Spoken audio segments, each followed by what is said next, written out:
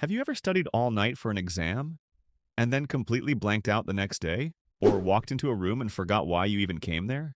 Don't worry, you're not broken. You're human. But here's the real question. Why does our brain forget things so easily? Forgetting isn't a flaw, it's actually part of how memory works. Scientists explain memory using three stages: encoding, storage, and retrieval. Encoding is when you take in information, like reading a textbook or hearing a friend's name. Storage is when your brain files it away. Retrieval is when you need to pull it back out. Now, here's the catch. If encoding is weak, like when you're distracted while learning, your brain never stores the memory strongly. That's why scrolling Instagram while studying doesn't really work. Then comes decay. Your brain constantly clears out unused information, like deleting old files on a computer. If you don't revisit a memory, the neural connections fade. That's why you remember song lyrics from your favorite artist, but forget what you had for lunch last Tuesday.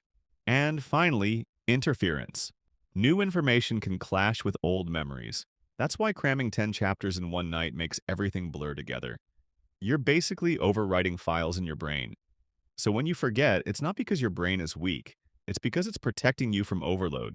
But here's the good news. You can train your memory. Use spaced repetition.